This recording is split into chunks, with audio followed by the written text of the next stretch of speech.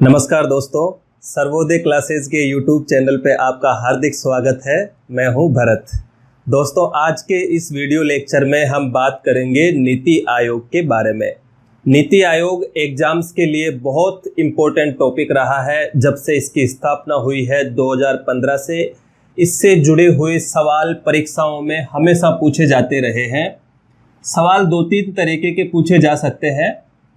सीधे सवालों की अगर बात करें तो सवाल ऐसे हो सकते हैं कि नीति आयोग की स्थापना कब हुई। इसके अलावा ये सवाल पूछे जा सकते हैं कि नीति आयोग के अध्यक्ष कौन होते हैं।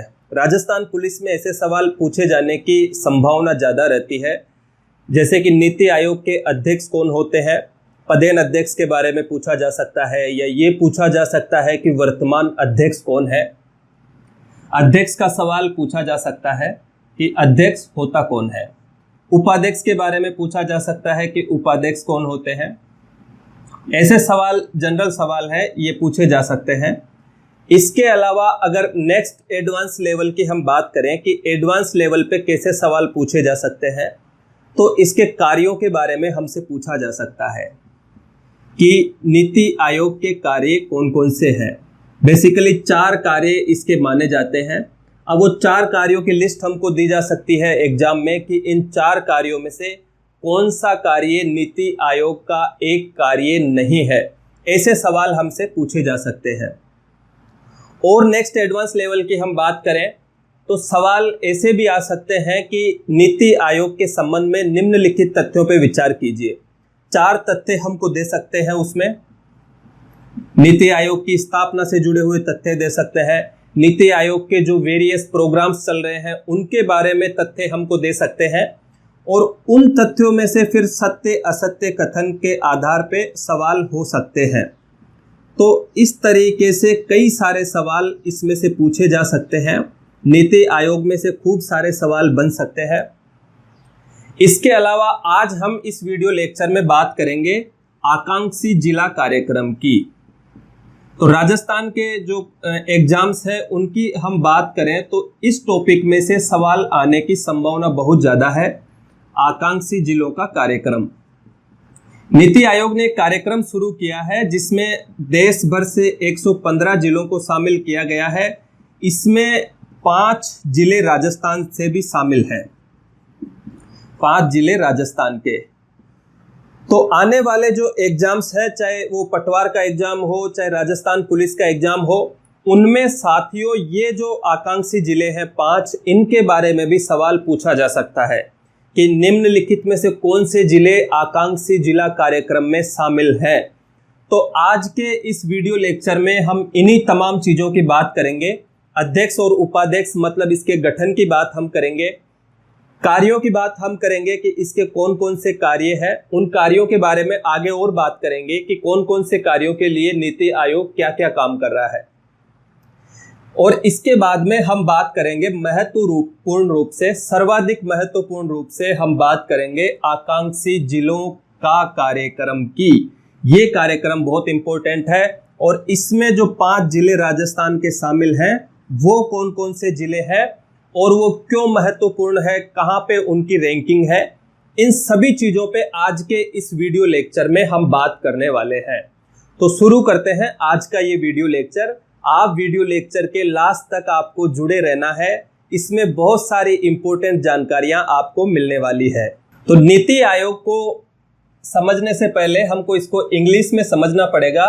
इंग्लिश में इसको लिखते हैं नीति, NITI। इंग्लिश में ये जो 4 अक्षर आप देख रहे हैं NITI, इनका भी फुल फॉर्म है, इनका एक विशिष्ट अर्थ है, उसके बारे में सबसे पहले हम बात करते हैं। तो इसका अर्थ है साथियों, नेशनल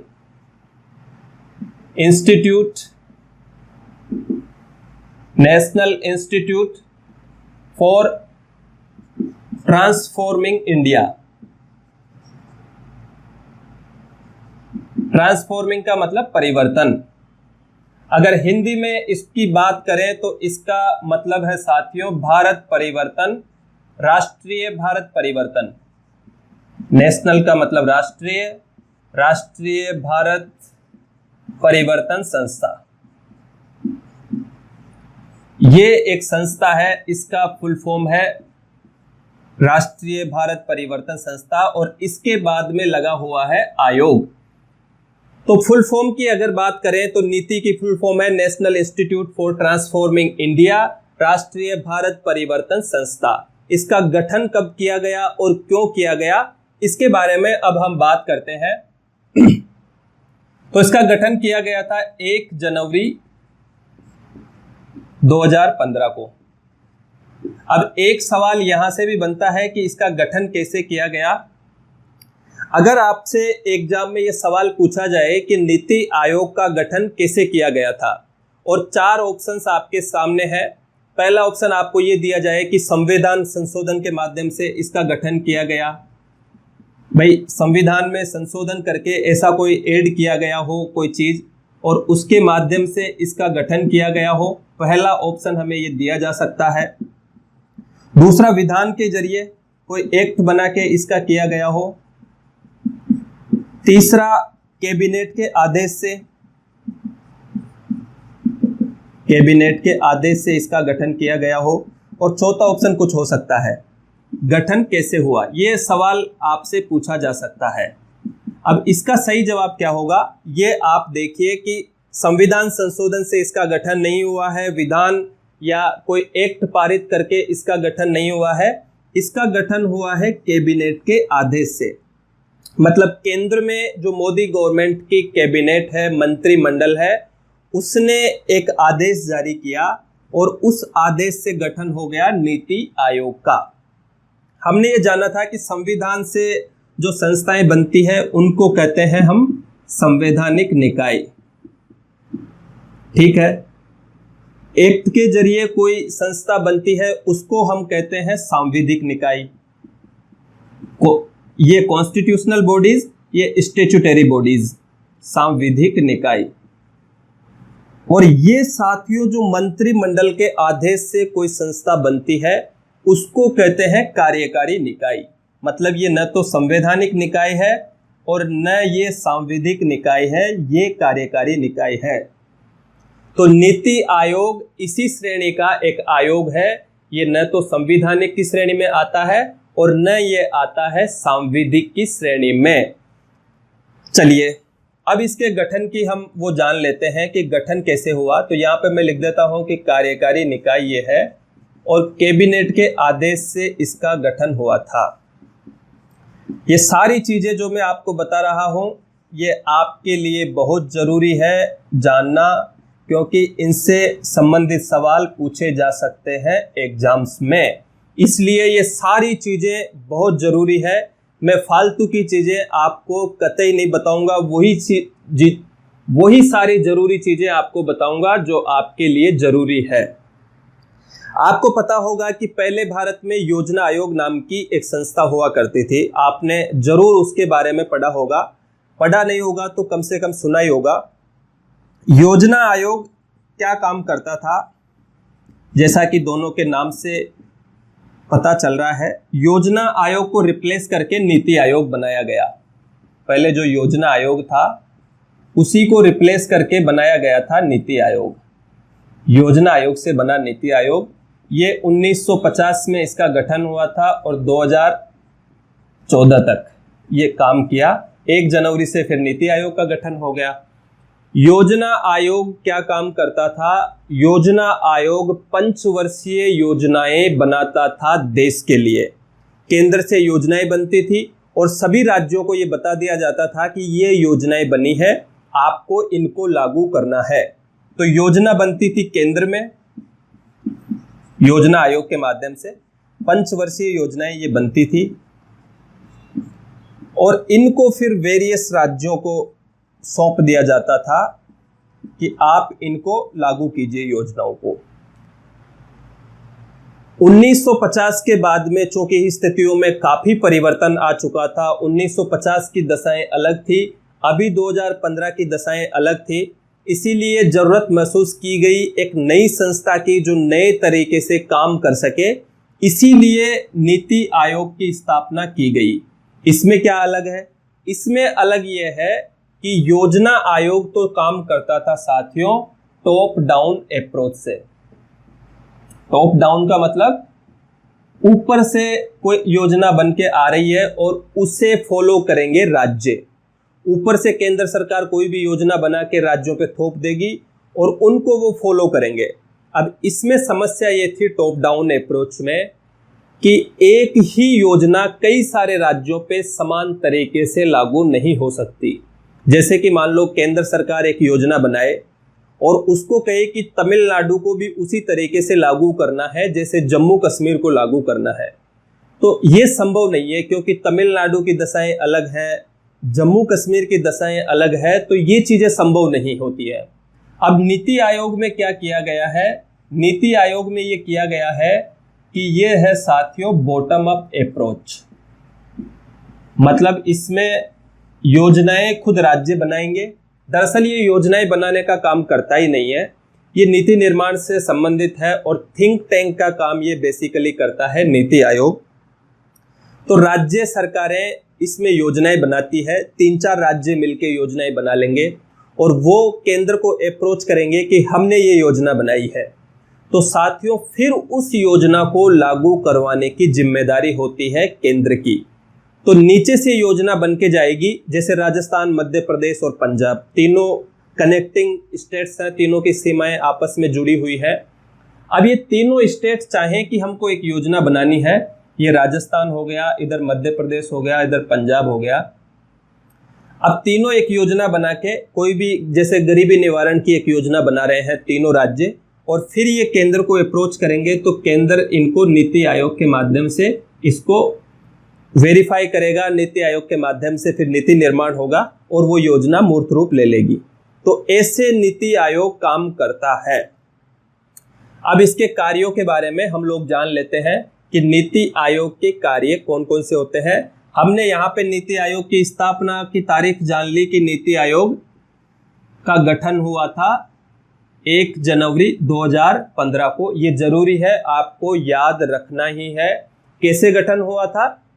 कैबिनेट के आदेश से।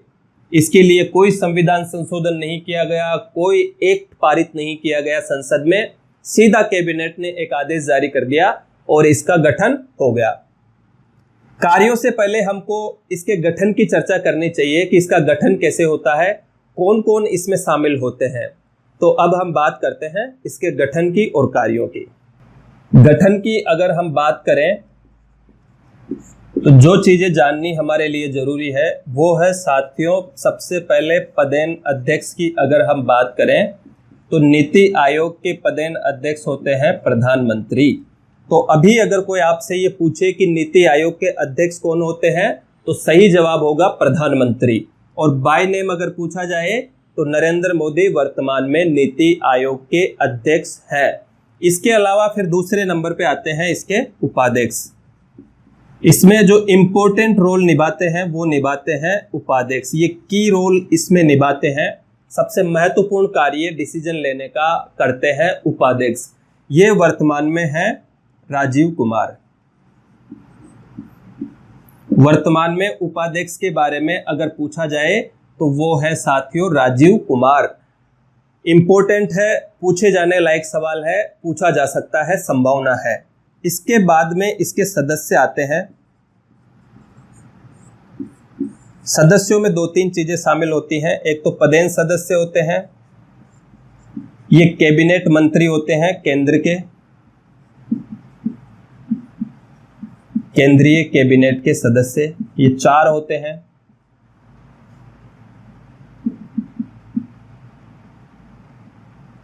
इसके अलावा इसमें 4 सदस्य होते हैं जिनको नॉमिनेट किया जाता है, नियुक्त किया जाता है। इसके अलावा शासी परिषद की अगर हम बात करें, इसमें एक शासी परिषद होती है, गवर्निंग काउंसिल जिसको कहते हैं। तो गवर्निंग काउंसिल में इसके होते हैं एक तो कैबिनेट मंत्री, केंद्र के कैबिनेट मिनिस्टर, राज्यों के सीएम और यूटीज के गवर्नर, लेफ्टिनेंट गवर्नर। जैसे दिल्ली, पुडुचेरी ये यूटीज हैं, इनके लेफ्टिनेंट गवर्नर भी शासी परिषद में शामिल होते हैं। गवर्निंग काउंसिल, इसको इंग्लिश में कहते हैं गवर्निंग काउंसिल। इसमें कैबिनेट मिनिस्टर शामिल होते हैं, राज्यों के सीएम शामिल होते हैं, यूटीज के एलजी शामिल होते हैं, लेफ्टिनेंट गवर्नर। 4 सदस्यों की अगर हम बात करें तो अभी 3 सदस्य वर्तमान में है। ये हमारे लिए जानना इतना जरूरी नहीं है, फिर भी मैं आपको बता देता हूं। वीके सारस्वत एक सदस्य है इसमें, प्रोफेसर रमेश चंद इसमें एक सदस्य है, एग्रीकल्चर के स्पेशलिस्ट है, और एक सदस्य है वीके पॉल। ये 3 सदस्य वर्तमान में इसके हैं। और इसके बाद में आते हैं साथियों इसके सीईओ, मुख्य कार्यकारी अधिकारी, चीफ एग्जीक्यूटिव ऑफिसर, और ये है अमिताभ कांत। ये एक आईएएस ऑफिसर है।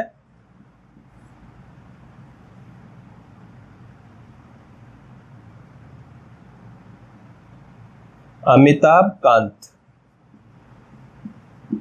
ये है इसके सीईओ, मुख्य कार्यकारी अधिकारी। ये भी इंपॉर्टेंट है। जिस तरीके से राजीव कुमार के बारे में सवाल पूछा जा सकता है, ठीक उसी तरीके से अमिताभ कांत के बारे में भी सवाल पूछा जा सकता है। आज हम ये वीडियो रिकॉर्ड कर रहे हैं 10 जून को, और आज ही इनका आर्टिकल छपा है अमिताभ कांत का न्यूज़पेपर में। अच्छा आर्टिकल है, उसमें इन्होंने नीति आयोग की उपलब्धियों के बारे में बताया है, लॉकडाउन में कैसे नीति आयोग ने बेहतरीन काम किया है, और आकांक्षी जिला कार्यक्रम जिसके बारे में हम आगे बात करेंगे उसके बारे में भी इन्होंने बताया है कि उसके क्या क्या अचीवमेंट्स रहे हैं। तो साथियों ये तो है इसका गठन, ये जरूरी चीजें हैं जो हमें जाननी चाहिए। अध्यक्ष कौन होता है, उपाध्यक्ष वर्तमान में कौन है, और सीईओ कौन है, ये तीनों नाम हमको पता होने चाहिए, ये मस्ट है। अब हम इसके कार्यों की बात करते हैं। तो इसके जो मूलभूत कार्य है जो इसके संविधान में लिखे हुए हैं वो है साथियों, पहला कार्य है इसका नीति निर्माण का। जैसा कि इसके नाम से पता चल रहा है कि ये नीति निर्माण का कार्य करता है। दूसरा कार्य है इसका सहकारी संघवाद को बढ़ावा देना। सहकारी संघवाद क्या होता है? ये एक बड़ा टेक्निकल शब्द है सहकारी संघवाद। इसको कहते हैं कोऑपरेटिव फेडरलिज्म। आपको पता है कि भारत राज्यों का एक संघ है, मतलब भारत कई राज्यों से मिलकर बना हुआ एक संघ है, और सहकार का मतलब होता है आपसी सहयोग। तो सहकारी संघवाद का मतलब ये हो गया कि भारत में जो शासन चलेगा वो एक दूसरे के सहयोग से चलेगा, मतलब राज्यों को साथ में लेके और विकास के कार्यक्रम चलाए जाने चाहिए। बेसिकली ये अर्थ है सहकारी संघवाद का, मोटी लैंग्वेज में अगर हम समझे तो। तीसरा इसका काम है साथियों मॉनिटरिंग का, चीजों की मॉनिटरिंग ये करता है, मॉनिटरिंग एवं मूल्यांकन, मूल्यांकन दोनों काम ये करता है। और चौथा काम है इसका थिंक टैंक का, एक केंद्र सरकार को डेटा उपलब्ध करवाता है, नॉलेज हब का ये काम करता है। तो थिंक टैंक का ये काम करता है, जो भी चीजें बैकग्राउंड में जो भी चीजें सरकार को जरूरी होती है, किसी भी योजना को बनाने के लिए डेटा सबसे ज्यादा जरूरी पार्ट होता है। तो डेटा कलेक्ट करना और डेटा उपलब्ध करवाना नीति आयोग का प्राइमरी काम है। ये 4 इसके मुख्य काम है। नीति निर्माण की अगर हम बात करें तो ये 3 प्रकार की नीतियां बनाता है। पहला ये बनाता है दृष्टि विजन, पहला ये बनाता है 15 वर्षीय रोड मैप, फिर ये बनाता है 7 वर्षीय विजन, विजन का मतलब दृष्टि प्लान, और 1 वर्षीय एक्शन प्लान।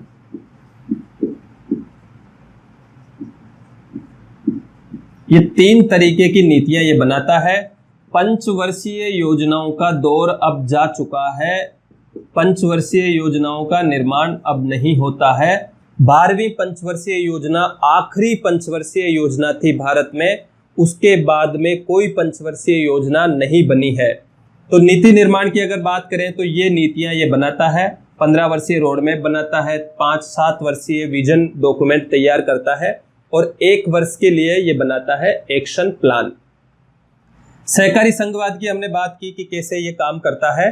जो हम अभी आकांक्षी जिला कार्यक्रम देखेंगे वो साथियों इसका ही एक अंग है, आकांक्षी जिला कार्यक्रम।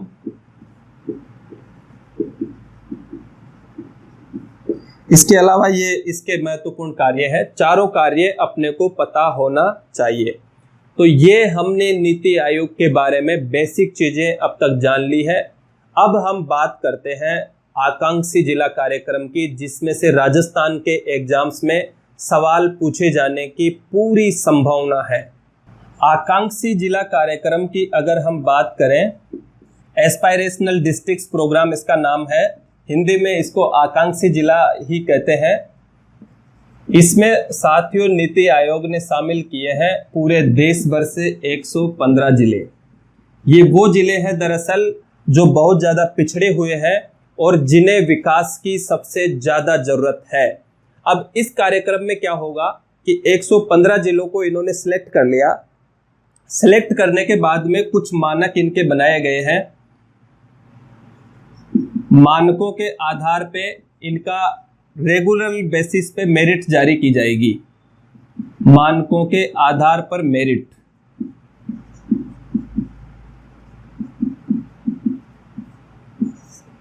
इनको साथियों कंपटीशन इन जिलों के बीच में करवाया जाएगा कि कौन सा जिला सबसे ज्यादा पिछड़ रहा है, कौन सा जिला सबसे ज्यादा आगे आ रहा है। मानक कौन कौन से हैं? पहला है स्वास्थ्य और पोषण।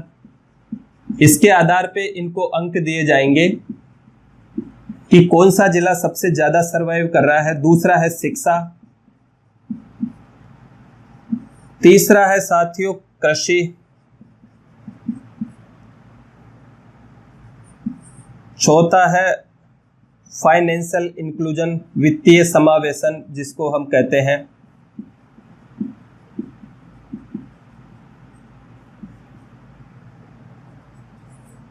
और पांचवा है स्किल डेवलपमेंट।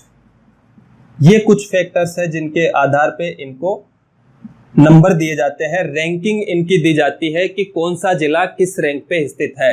इनके फिर अलग अलग वेटेज है, जैसे 30% नंबर इसके आधार पे दिए जाते हैं, 30% नंबर इसके आधार पे दिए जाते हैं, 20% नंबर इसके आधार पे दिए जाते हैं और 10% नंबर इन दोनों के आधार पे दिए जाते हैं। ये हमारे लिए इतना ज़्यादा ज़रूरी पार्ट नहीं है। ज़्यादा ज़रूरी पार्ट ये है कि इन 115 जिलों में से राजस्थान के कितने जिले शामिल हैं। तो राजस्थान के इसमें 5 जिले शामिल हैं। और अब हम बात करते हैं कि वो 5 जिले कौन कौन से हैं। तो साथियों इसमें जैसलमेर शामिल है। जैसलमेर आपको पता है कि राजस्थान में क्षेत्रफल की दृष्टि से सबसे बड़ा जिला है, आपको ये याद होगा। तो जैसलमेर इसमें शामिल है। अब आप ये बताइए कि क्षेत्रफल की दृष्टि से सबसे छोटा जिला कौन सा है राजस्थान का? तो वो है धौलपुर। तो जैसलमेर के बाद में धौलपुर इसमें शामिल है और धौलपुर के साथ ही करौली इसमें शामिल है। ये आपको बहुत ध्यान रखने की जरूरत है। इस टॉपिक में से किसी न किसी परीक्षा में जरूर सवाल पूछा जाएगा। इसके अलावा 2 इसमें दक्षिणी राजस्थान के जिले हैं। पहला है बारां और एक है साथियों इसमें सिरोही। ये 5 जिले राजस्थान के इस कार्यक्रम में शामिल किए गए हैं। जैसलमेर, धौलपुर, करौली, बारां और सिरोही। ये 5 जिलों का नाम आपको याद होना चाहिए। आप नक्शे में भी इनको देख सकते हैं। नक्शे में प्लीज आप इनको देखना कि कहाँ कहाँ पे इनकी लोकेशन है। तो ये 5 जिले मोस्ट इम्पोर्टेंट है, आपको याद होने ही चाहिए। ये डेफिनेटली किसी न किसी एग्जाम में पूछे जाएंगे, चाहे वो राजस्थान पुलिस में पूछे जाएं या पटवार में पूछे जाएं या टीचर के एग्जाम में पूछे जाएं। तो ये 5 जिले इस कार्यक्रम में शामिल किए गए हैं। तो साथियों ये आज का जो वीडियो लेक्चर था, इसमें हमने ये जाना है कि नीति आयोग क्या है, कैसे इसका गठन हुआ है, कौन कौन से काम ये करता है, कौन कौन से पदाधिकारी इसमें शामिल है। और हमने केवल यहाँ पे एक कार्यक्रम की बात की है। ऐसा नहीं है कि नीति आयोग का यही कार्यक्रम है, केवल आकांक्षी जिला कार्यक्रम ही। इसके अलावा भी नीति आयोग बहुत सारे कार्यक्रमों का संचालन करता है। जैसे यहाँ पे हम बात करें तो अटल इनोवेशन मिशन एक कार्यक्रम है, उसका संचालन ये करता है। साथ एक कार्यक्रम है sustainable action for transforming human Capitals, ये एक कार्यक्रम है, इसका संचालन नीति आयोग करता है। इसके अलावा सेतु कार्यक्रम का संचालन नीति आयोग करता है। ऐसे कई सारे कार्यक्रम हैं जो नीति आयोग द्वारा संचालित किए जाते हैं, किए जा रहे हैं। लेकिन हमने यहाँ पे बेसिकली बात की आकांक्षी जिला कार्यक्रम की, और वो हमारे लिए जरूरी इसलिए है कि राजस्थान के 5 जिले इसमें शामिल है। 5 जिले कौन कौन से हैं? जैसलमेर, धौलपुर, करौली, बारां और सिरोही। इनको आपको कैसे भी अपनी सहूलियत के हिसाब से आप याद कर सकते हैं। मुझे उम्मीद है कि आप कर ही लोगे। तो साथियों, इसी तरह आप रेगुलर हमारे टच में रहते हुए नई नई चीज़ें सीखते रहिए जो आपके एग्जाम के लिए बहुत ज़्यादा ज़रूरी है। इसी को स्मार्ट स्टडी कहते हैं कि आप उन चीज़ों पे ज़्यादा फोकस करें जो आपके एग्जाम के लिए ज़्यादा ज़रूरी है। यही वो एटीट्यूड है जो आपको कई सैकड़ों लोगों से आगे ले जाएगा। इसीलिए पढ़ते रहिए, आगे बढ़ते रहिए, वीडियोस को ज़्यादा से ज़्यादा शेयर करते रहिए। पूरा देखने के लिए बहुत बहुत धन्यवाद।